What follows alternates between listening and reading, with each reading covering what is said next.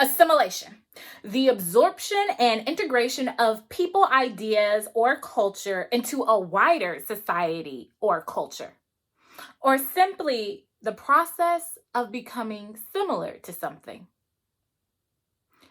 But at what cost?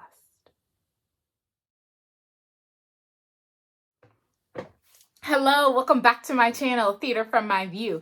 I am Amanda Washington, and today we are talking about Akhtar's play, Junk. But before we get into it, a few things. One, I post a new video every Friday at noon. So two, don't forget to like and subscribe to this channel, because three, next Friday's coming quick, fast, and boom, in a hurry, and you don't want to miss it. All right, are you ready? Let's get into it. A quick synopsis of Junk by Akhtar. It is the story of American values and idea and the art of risk-taking and what a person will do for individualistic gain, but also the collective gain. The story centers around a character named Robert Merkin and his climb up the financial ladder and his takedown of other companies by buying them through debt, or what the play associates as junk. So why talk about this show right now? It makes finances accessible. It states that finances is not for the elite. And Akhtar does that by breaking down finances. So it's saying that not the big people in charge aren't the only people who can control money and who can have wealth. Wealth can be for everyone. You just have to know how to work the system. And I think that's where a lot of the average Joes get hung up. They don't know how to work the system, so therefore they can't make the system work for them. Or in some cases, which the play also goes into, the system won't let them thrive because of their cultural background. And I found that really beautiful to read about in the script, because there's Jewish characters, there are Italians and African Americans, and they're the ones who are up and coming. And the companies that have been who have had the hold on the market for a long time, they're starting to die out. They're starting to lose their power because they're not making the same type of money that they used to. And it bothers them that people who are not the quote unquote American dream or the American standard are climbing the ladder and having the ability and the money to buy their companies. And I thought that was a lovely way to put it, is put it through finance. To put it in finance, and not just the stereotypical, hey, you're keeping a stronghold on all of the wealth just because of the color of my skin or my religion or where I come from or whatever. No, he did it. Akhtar did it in, I don't know if backdoor is the right way, but in this backdoor manner of like, I'm going to bring up finances. And then through that, I'm going to show you how assimilation is not the only way to gain power. I thought that was so beautiful, and I thought it was very timely. Like, we can all have our own piece of wealth, and we don't have to change our values or who we are as people in order to do that. The show also talks about values, and what do you put your value in? Some of the characters in the show, they only find value because they have money or wealth. Other people are like, I find value in giving people jobs. Another character is like, I have value, or I put value into the fact that I can provide for my family and I'm doing better than my ancestors. Like, I'm progressively raising the bar so my kids can also raise that bar and they can start off higher than what I had or where I was. So values are also something that's brought up in the script, and I thought it was lovely. I keep mentioning this word assimilation. And so I want to raise the thought of assimilation versus integrity. And with that thought, I want to ask the question, when is enough ever enough? So first, the show does center around people who are of descents of immigrants, as in directly descents of immigrants. It's not like 5-10 generations removed. It's, a couple of years ago, Dad was over in the native land and now we're here in America. When do you think you have been successful in the things you set out to achieve? And that's not necessarily saying, okay, I want to win an award for such and such. You've gotten that award now. It's more so, if you never get that award, do you still think you've been successful in your plight or in your journey to get that award? When is enough ever enough? And at what cost will you get that, or will you achieve that? I know I said assimilation versus integrity. And so how much of yourself will you give up, or will you conform to fit in with someone else? Before you say, whoa, this is the line. This is the line. I can't give up this part of myself because that is inherently me. That is inherently a part of my culture. So when is enough ever enough? Will you ever be satisfied? Can you ever be satisfied? And how far will you go? Another juicy point that I wanted to talk to you all about is, do you do a good deed even though it's illegal?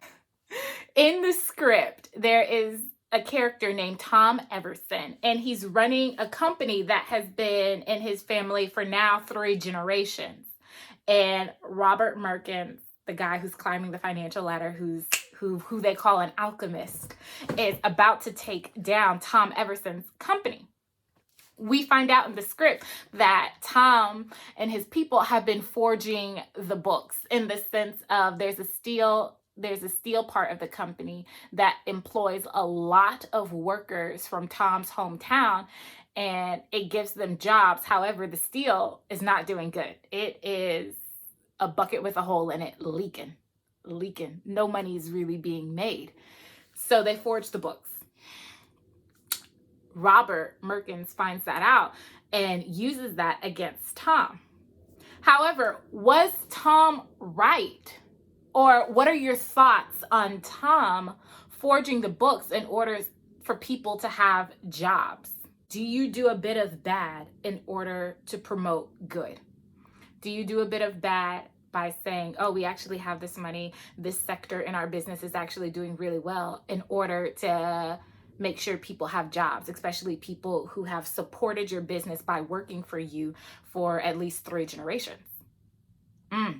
That question is really tough to answer. I don't necessarily think there's a right or wrong answer, because it depends on your values, your morals, what you can sleep with and what you can't sleep with at night. But it's raised in the script, and it's very interesting, because at moments when I was reading Junk, I was like, oh, I'm on Robert's side. Like, I'm so sorry that you're lying, but you're lying. You shouldn't have done that. But then at moments I was on Tom's side, I was like, but these people need work. They need their paycheck, because they may be the only form of income for their household. Like, what do you do? Something else the script raises that I would love to hear your opinions on, because I have a hard time dissecting this in my head, is, do we think someone is bad just because they want to elevate in life, and they do that by buying out companies? It may come across as greedy because they keep buying and buying and buying, and it appears as if they never have enough. Does that make them a bad person because they take down a company that everybody loved and that was giving jobs to the community? What type of person is that? Are they a selfish person? Are they a terrible person? Is it a crime to want to elevate in life? And if you have to take down the company that everybody loves, even though that company isn't really making money anymore and is going into debt, does that make you the bad person? Where do we get this stigma that just because you are wealthy, or you buy out a company that a lot of people like, that you're greedy or you're a bad person? Where do we get that from? I honestly don't know its origins. Do you? In the script, it's as if they're trying to harbor the wealth just to one sector, or allow it to be to one sector. But I don't think that's necessarily fair. And for a couple of reasons, I'm not going to get into all of them, but I think everyone should be allowed to have the experience. This last thought I want to bring up is creating the American dream versus living in the already created American dream. At what point do you create your own? That kind of goes back to, like I said, assimilation versus integrity. At what point do you create your own dream? Do you start the game? Do you start your career? Do you start your business playing the game that others have done before you? Or do you start playing the game that you want to play? Creating your dream versus living in the American dream that's already created. Is that how you measure success as well? Something I also brought up earlier. It's just all these fine lines that the script brings up, and it's so intricate, it's so detailed. I really recommend you read it. I sat down and I read it this past Thursday, and I think I finished it in 2 hours. It was so good. It was so good because it really just makes you look at yourself and ask you, what are your morals? What are your ideals? What are you going to do to get what you want out of life? What games do you have to play? But also, how are you going to change that game? And then do we castigate somebody for changing that game? Like, why are we mad that someone else is successful? Oh, is it because our normal way of doing things is being shot down, especially when it had its own problematic things? That could be a thought. There could be more to it. They may just not like having money taken away from them, but who does? And that's something else the script brings up. Why are we scared of debt? Like I said, such a juicy script. I would love to get into a rehearsal hall and just talk with some actors, designers, dramaturgs about, like, all right, how are we going to make this come together? I like that this script calls upon different backgrounds. And I think I mentioned earlier that he breaks down finances. Akhtar breaks down finances. So it's no longer just for the elite. And I think he does, once again, a lovely way of underlining that message through having a cast that is multicultural. Such a juicy script. Junk by Akhtar. I definitely recommend you read it. And that is all for today. I will see you next Friday. Bye-bye.